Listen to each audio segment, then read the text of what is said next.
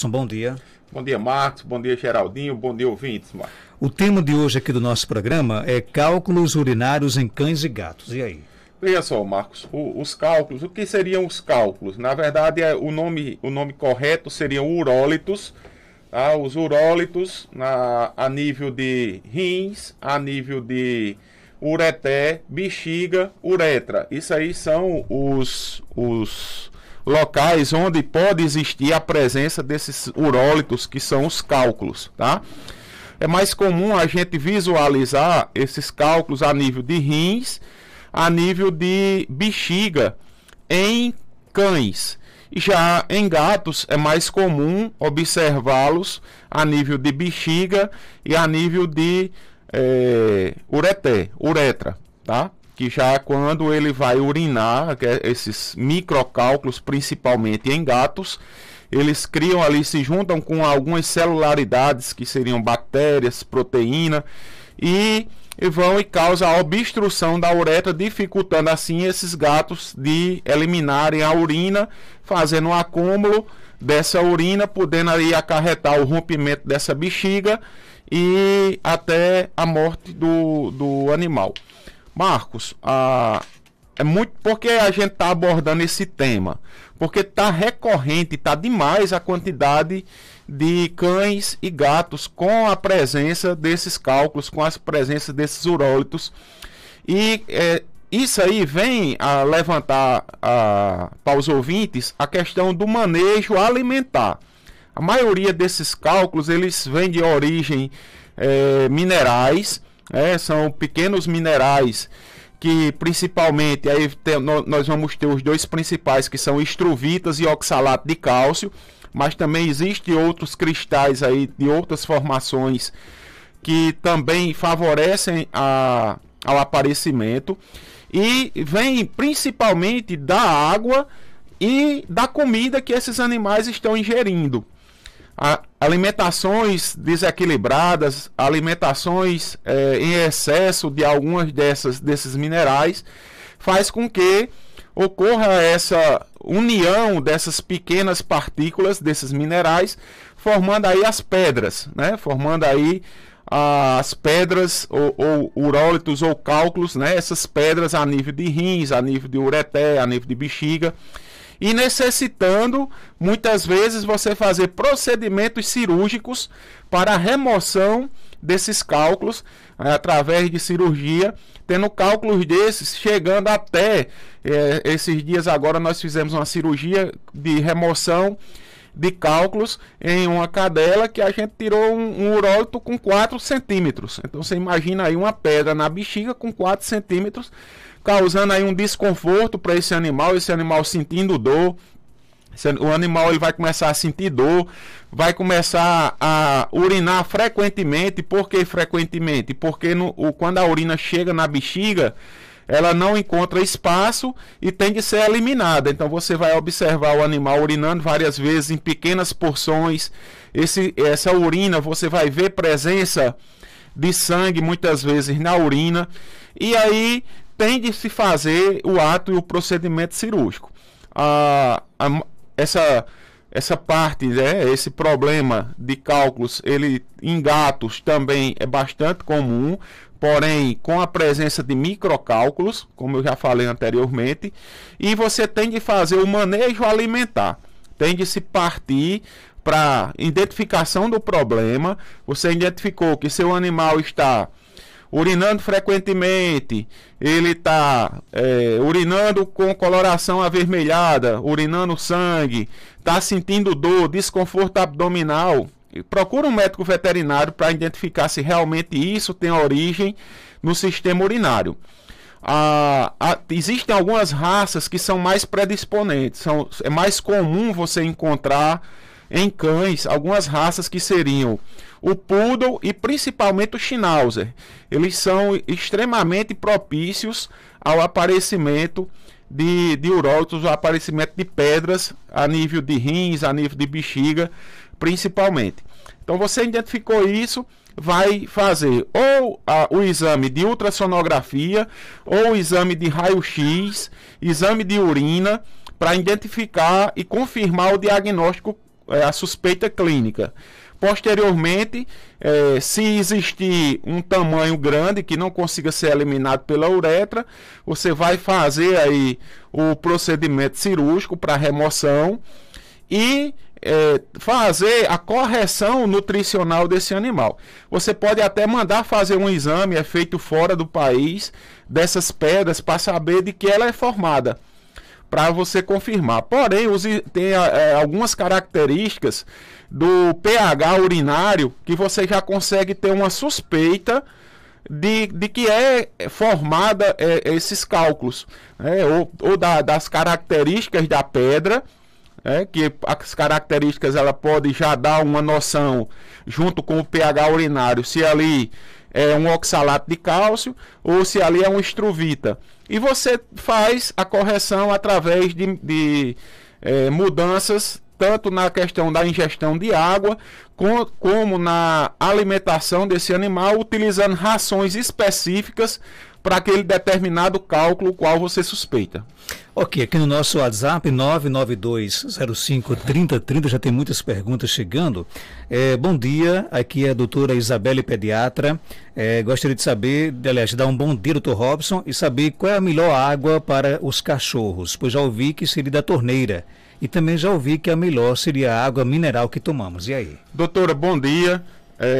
Ela é fantástica como pediatra. Também parabenizar o seu trabalho, aproveitar aqui a oportunidade. Veja só, a gente não tem como definir qual seria a melhor água. Por quê?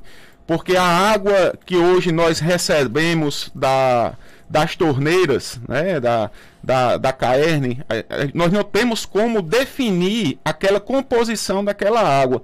Hoje tem uma determinada época do ano que eles usam muito sulfato para decantar. Tem muita época do ano que eles usam muito cloro para poder melhorar a potabilidade, né, a qualidade dessa água. Então nós não podemos definir o que tem realmente dentro dela. As águas minerais, elas podem vir ricas em alguns minerais. As águas adicionadas de sais, que são bastante comuns, também tem. Se me perguntar qual seria a melhor água para dar para o seu pet, eu diria água de chuva, né? Porém, essa água de chuva ela não vai vir adicionada a alguns minerais que o animal necessita, você tendo de fazer uma complementação, aí uma suplementação vitamínica e mineral para ele. Então, a gente não tem como definir qual seria a melhor água pela potabilidade, pela qualidade e pela identificação de alguns minerais que você está identificando dentro dela. Eu, particularmente, se eu pudesse dar, eu daria água de chuva para os meus animais. Mas não chove todos os dias. Né? Não chove. Mas hoje, Marcos, tem muito acúmulo. O pessoal gosta muito de acumular em cisternas, né? Nessas coisas. O cachorro e o gato bebe pouca água. E você pode pegar essa água da cisterna? Pode sim pegar água da cisterna, fornecer de preferência filtre ou coe, né, ou ferva essa água para ali estar eliminando alguns micro-organismos que possam estar ali presentes. A Isabelle coloca uma situação bem interessante, e a gente também tem que ter cuidado de não dar qualquer tipo de água para o animal, né? Isso, porque a água, ela pode...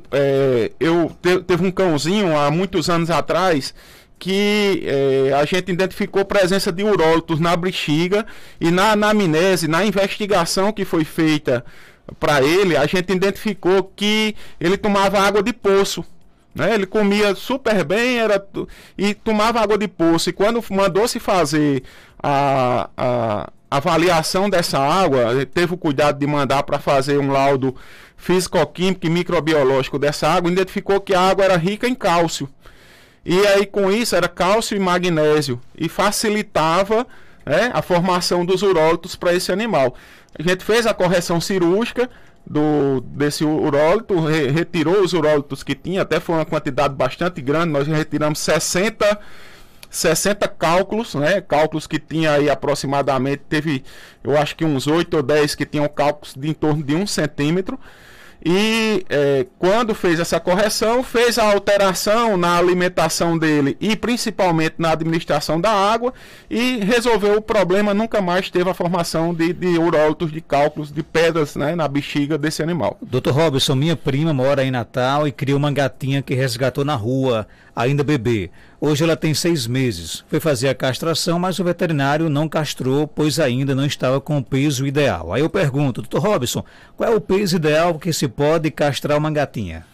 Marcos, eu particularmente, isso aí vai depender de profissional para profissional. Particularmente, eu castro em relação à idade, né? Se o animal tem uma determinada idade, ali a gente já faz o procedimento cirúrgico.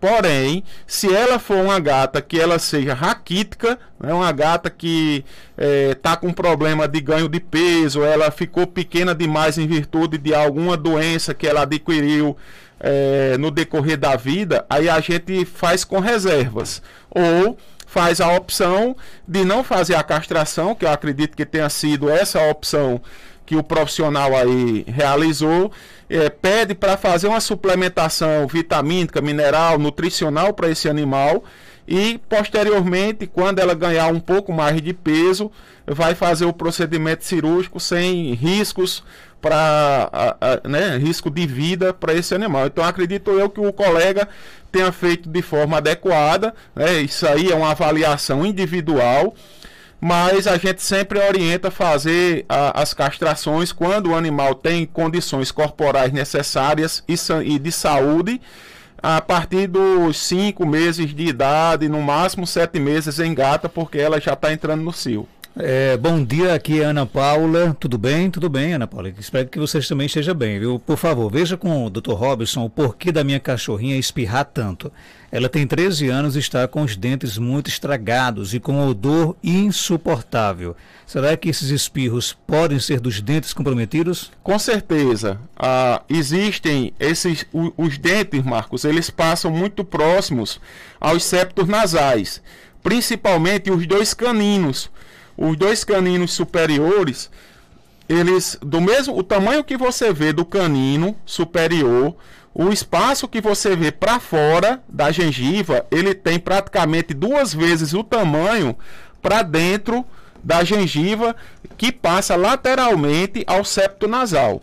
Se esses dentes eles estiverem com problemas, também os incisivos, eles vão causar um desconforto muito grande, porque causa um processo infeccioso, vai causar um processo inflamatório, pode até ter aí um problema a nível das cartilagens do septo nasal, causando aí essa característica de espirro. A indicação é que você procure um médico veterinário para fazer uma avaliação odontológica e, se necessário, fazer a exodontia desses dentes aí e resolver o problema dessa cadelinha. Dr. Robson, eu tenho uma calopsita e alguns dias ela está ficando embaixo do armário e quem passa ela está avançando. Olhei e não tem nada e ela continua muito brava. Ela fica gritando e avançando para quem passa por perto. E aí? Provavelmente ela está tentando proteger alguma coisa. É um cantinho que ela gosta. A calopsita, ela tem essas características de dominância de território. Ela encontra ali um território e ela acha que aquele território ali é a posse dela, aquele território ali é como se fosse o ninho, e ela acha que você está tentando, ao passar, tentando agredir ali alguma coisa que ela está protegendo.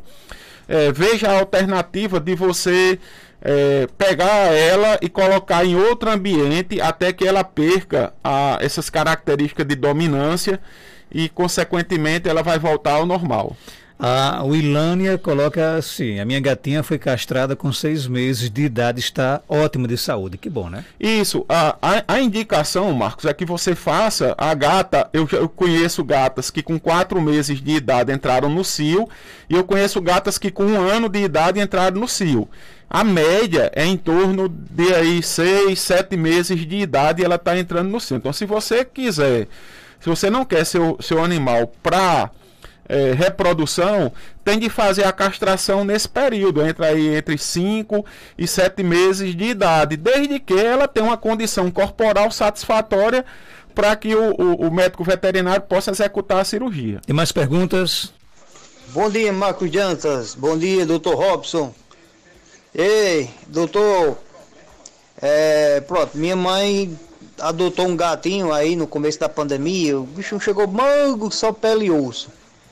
Aí ela foi alimentando ele, aí com o tempo tava bonitão. E ele, eu acho que devido ele tá tão bonito, ele começou agora a sair, dar umas namoradas por fora. E começou a passar 2 dias, 3 dias fora de casa, só que agora já vai fazer um mês. Será que ele mataram ele ou ele ainda volta? Tem capacidade de ele ainda voltar, doutor? É um caso, vamos lá, vamos investigar esse caso aí. Chegou mago, pele e osso, né?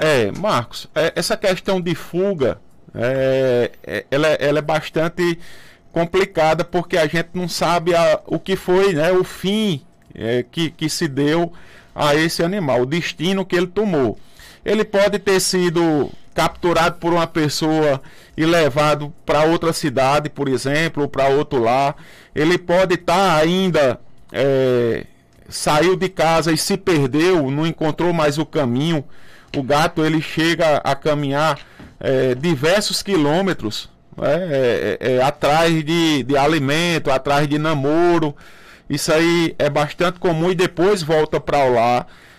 Existe a possibilidade dele ter sido atropelado ou acontecido um acidente e infelizmente ele ter vindo a óbito. Então fica difícil a gente dizer qual realmente o destino seria para ele. Porém, se ele está só na parte, como ele diz, eu vou até dizer um nome vulgar, se ele ainda está na parte só de vadiagem, né, se ele ainda está só na parte de namoro, acredito eu que ele volte para casa. Mas se ocorreu algum acidente aí com ele, infelizmente, fica difícil a gente dizer.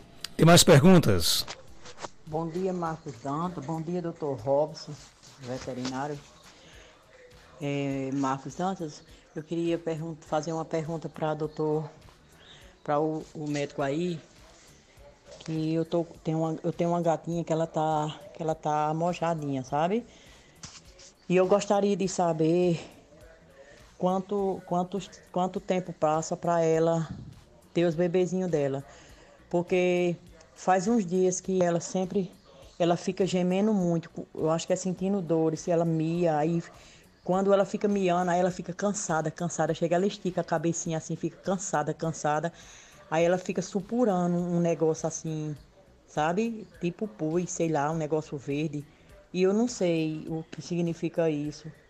Eu gostaria que o médico veterinário me falasse alguma coisa sobre isso. Às vezes eu fico com a pena da bichinha, eu fico olhando assim, ela dá aquele miau, aí olha pra mim, aí fica se lambendo. Aí fica cansada, mas só na hora que ela dá aquele miau, ela fica cansada. E aí, doutor Robson? Marcos, a gestação média de uma gata ela é em torno de 62 dias. Pode ser 58, pode ser 60, pode ser 62, né? Pode ser 64, vai depender muito de animal para animal. A preocupação aí quando ela cita é que está saindo uma secreção pela vagina e ela está se espremendo e miando. Isso aí são contrações, aparentemente são contrações uterinas, e esse líquido que está saindo pela vagina aí já são líquidos. Quando ele fica de coloração preta, caracteriza ou sofrimento fetal, ou já o animal já morreu, o filhotinho já morreu e ele não está conseguindo ser eliminado. Minha orientação para a senhora é que procure urgentemente um médico veterinário para que seja feito exame de ultrassonografia, identificado se esses filhotes estão vivos ou não. E se os filhotes estiverem mortos, aí vai ter de fazer uma cirurgia para a remoção desses fetos.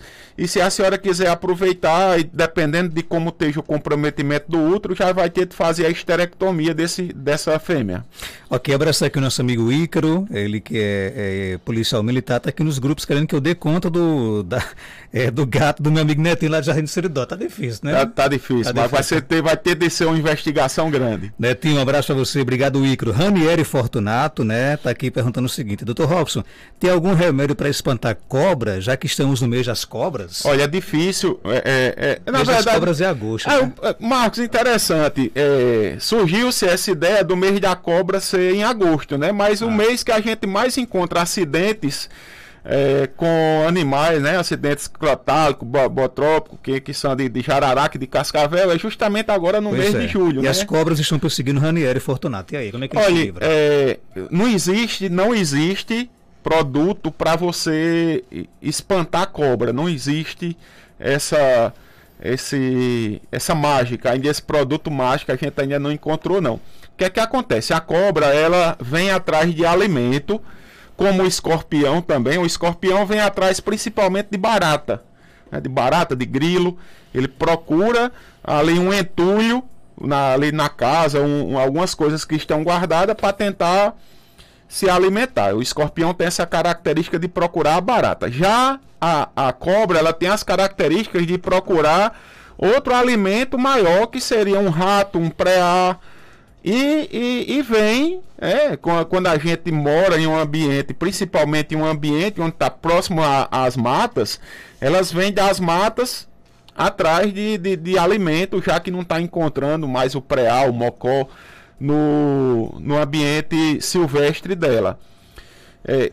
Tinha no passado, eu vou lhe dizer, conversas de senhores, não conversa científica, né? Conversa de ancestrais, que se utilizava-se enxofre ao redor da casa, porque o odor desagradável do enxofre fazia com que as cobras não se aproximassem das casas. Mas isso aí não tem comprovação científica, Ranieri. E assim, matar jamais, né? Não, aí a cobra precisa aparecer uma cobra, chama o pessoal da polícia ambiental, a polícia ambiental vai lá, faz a captura, faz o destino adequado dela. Um dia apareceu uma cobra aqui no transmissor da rádio, amigo, ninguém teve coragem de ir lá, né? Aí sobrou pra quem? Pra mim, né? Mas coube a mim ligar para a Polícia Ambiental para poder... Marcos, mas aí é onde está. A gente, nesse momento, eu sempre gosto de dar os parabéns. Mas eu tive coragem de ligar para a polícia. Mas a gente tem que dar os parabéns. Olha, a Polícia Ambiental de Caicó, atenciosa, ela faz um trabalho tão brilhante, né? Tão brilhante, de atendimento ao público, que fica aqui os parabéns a todos os policiais ambientais que executam não apenas quanto à questão de captura de cobra, eles têm atenção quanto à questão de cães, de gatos, de atropelo, de todos os animais. Então fica aqui os meus parabéns e o respeito a vocês todos. Sempre que precisamos, a Polícia Ambiental foi muito atenciosa e chegou rápida, viu?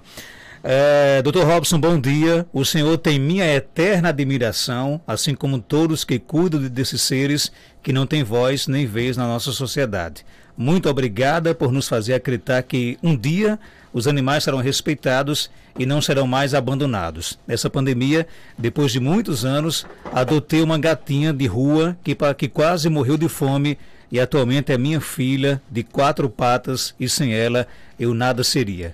Quem faz aqui essa mensagem belíssima para o Dr. Robson Góes é a Carol de Cruzeta. Carol, parabéns. Toda pessoa que adota um animal, eu sempre dou os parabéns. Parabéns. Nessa pandemia agora, nós tivemos bastante história como essa sua, de pessoas que precisaram de uma companhia dentro de casa, alguém para ter uma atenção diferenciada, e encontraram nos cães, nos gatos, essa atenção, esse respeito, esse carinho, esse amor mútuo, porque o cão e o gato, ele lhe dá o amor que recebe, ele lhe dá muitas vezes em dobro, em triplo, incalculável a quantidade do carinho e a atenção que o cão e o gato dão a você. Então fica aqui nossos parabéns. Dr. Robson, eu tenho um cachorrinho de 1 ano e 5 meses, ele está sempre destruindo tudo, até os brinquedos, sandália, né? O que pode ser aí? Quem pergunta é a Dalvaci da Nova Descoberta. Dalvaci, isso é muito comum acontecer em filhote. À medida que ele vai ficando mais idoso um pouco, ele vai perdendo essas características. Aí por volta dos 6 meses, entre 4 meses e 8 meses, ele está na troca dentária. Então quando tem os dentes descidos, para começar a nascer os dentes definitivos, ele tem essa necessidade de estar mordendo para poder romper a gengiva e cair os dentes descidos e ficar os dentes definitivos aí nascer de forma satisfatória. Mas ele cria esse hábito de brincar, ele cria esse hábito de estar mordendo. Aos poucos você vai conseguir tirar isso daí, é só fazer um trabalho de educação. Dr. Robson, será que tem a possibilidade de uma cachorra adotar um gato? Ah, com certeza. Inclusive amamenta, porque a cadela, ela pode desenvolver pseudogestação.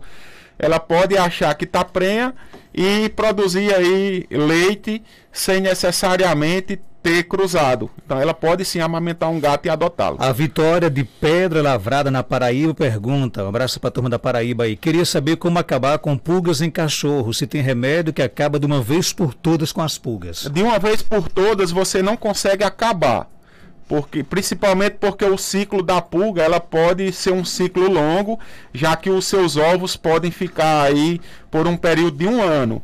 Mas hoje existem produtos no mercado, eu vou dar aqui alguns nomes, o Simparic, Credelio, o Bravecto. O Bravecto você dá um comprimido a cada 3 meses e você vai quebrar o ciclo aí por 1 ano, você consegue quebrar o ciclo dos que estejam, né, das pulgas ou carrapatos que estejam no seu ambiente.